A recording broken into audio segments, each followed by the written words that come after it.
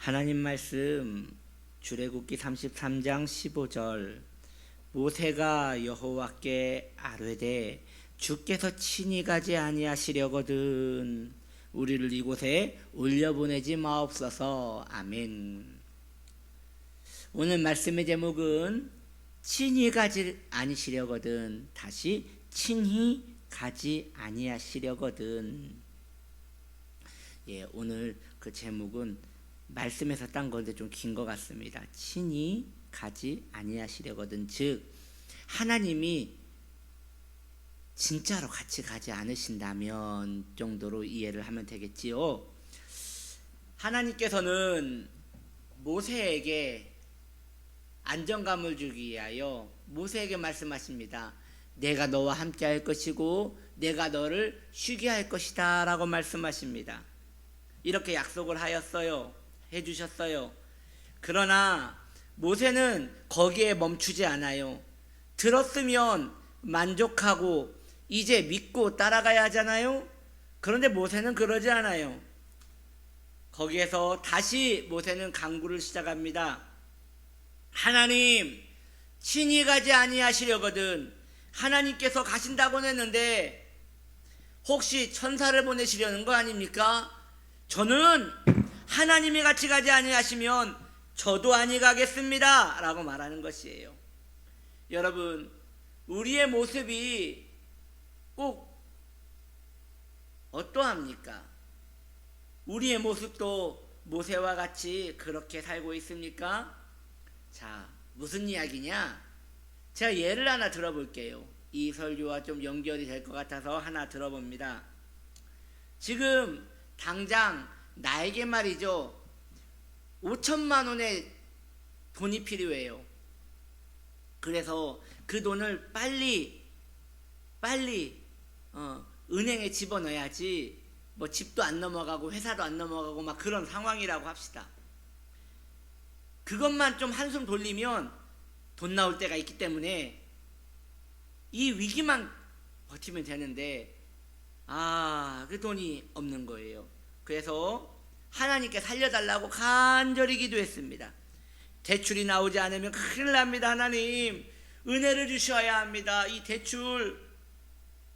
대출이라도 꼭 이번에 나와서 이 문제를 주님 해결을 봐야 합니다. 도와주시옵소서라고 간절히 기도했는데 그렇게 은혜로 대출이 기적적으로 나왔습니다. 응답을 받은 것이지요. 여러분, 그런데 말이죠, 응답을 받은 후에 이 대출 문제가 해결된 후에 이제 기도하지 않아요.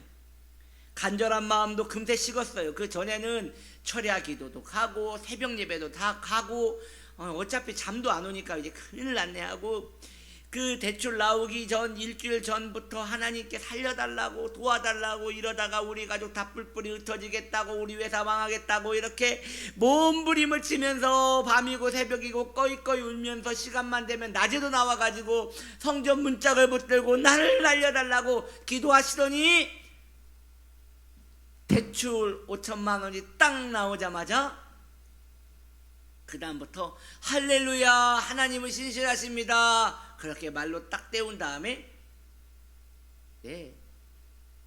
아침 점심 저녁으로 나왔던 모든 기도는 이제 멈추었고 룰루랄라 이렇게 편안함 속에 들어가는 것이에요.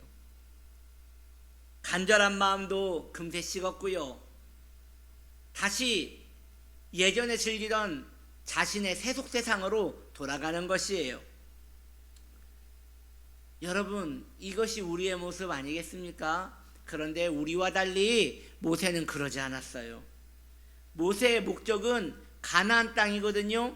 그러면 하나님이 가나안 땅에 보내준다고 하면 땡큐 응답 받았습니다 하고 감사하고 끝나면 될 거 아니에요? 그러나 모세는 그러지 않고 모세는 다시 간구하는 것이에요. 주님, 내가 가나안 땅에 가는 건 그렇게 의미가 없습니다. 이 말은 뭔 말이냐? 5천만 원 대출 나오는 건 그건 그렇게 저에게 관심 분야가 아닙니다. 그럼 무엇이 관심 있는 것입니까? 하나님이 가나안 땅에 함께 하셔야 합니다. 하나님이 나의 길의 동행자가 되어 주셔야 합니다. 모세는 하나님이 전부였던 사람이었어요. 우리도 그러해야 합니다, 여러분. 우리의 마음이 어디에 간절한 것인지 우리의 마음을 살펴보아야 합니다. 우리의 마음이 가나안에 간절한지 아니면 나와 함께 하시는 하나님께 간절한지 나의 마음을 살펴보아야 하는 것입니다. 여러분은 무엇에 간절한 것입니까? 여러분은 가나안에 간절합니까? 아니면 하나님께 간절합니까? 여러분은 5천만 원 대출 응답에 간절합니까? 아니면 하나님께 간절합니까? 다른 말로 여러분을 두렵게 하는 것은 무엇입니까?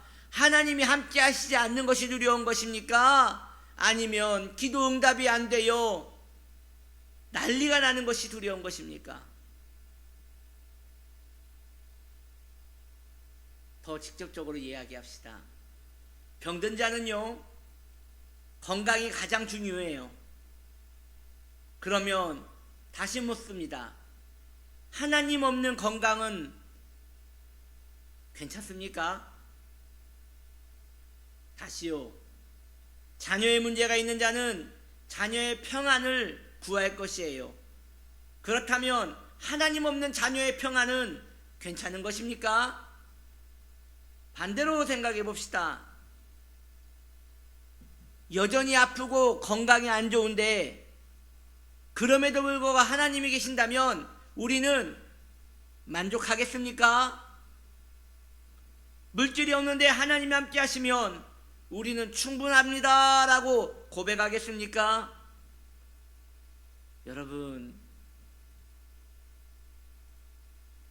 모세는 그렇게 살았습니다. 모세는 정말 그러했습니다. 가나안 땅에 하나님이 함께 해주셔야 합니다. 그러나 하나님이 함께 하시지 않는다면 하나님 저도 가지 않겠습니다. 다시 말해서 하나님이 없는 건강, 하나님 없는 부요, 하나님이 없는 평안, 저에게는 그런 것이 의미가 없습니다 라고 모세는 고백을 한 것입니다. 사랑하는 성도님들이여, 오늘 설교가 너무 수준이 높다고 생각하십니까? 이건 너무나 높은 신앙의 수준에 있는 자들이 살아가는 삶의 방식이야 라고 생각하고 계십니까?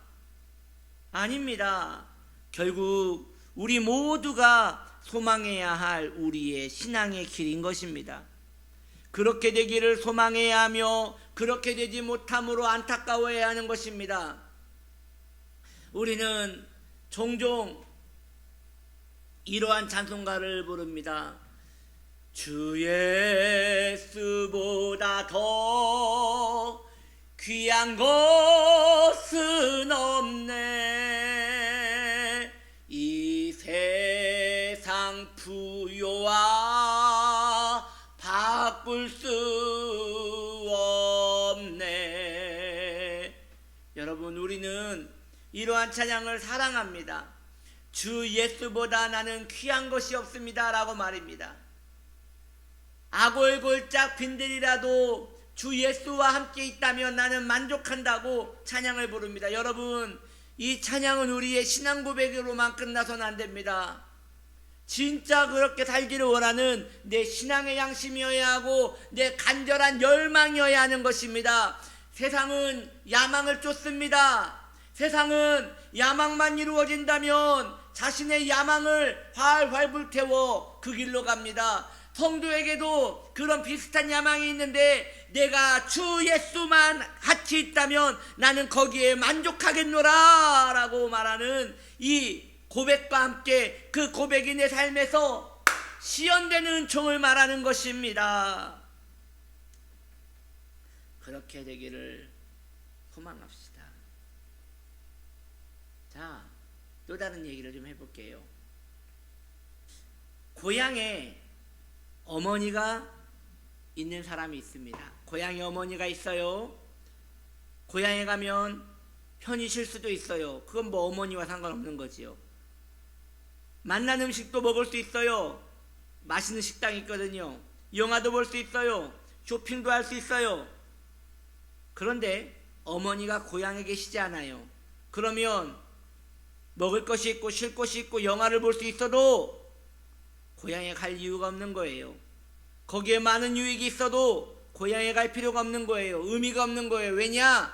고향에 가는 이유는 바로 어머니를 보기 위함인 것이에요. 하나님 없는 우리의 삶의 풍요는 의미가 없어요. 하나님 없는 건강, 그건 우리에게 의미가 없어요. 하나님이 없는 우리의 자랑, 그건 아무런 의미가 없어요.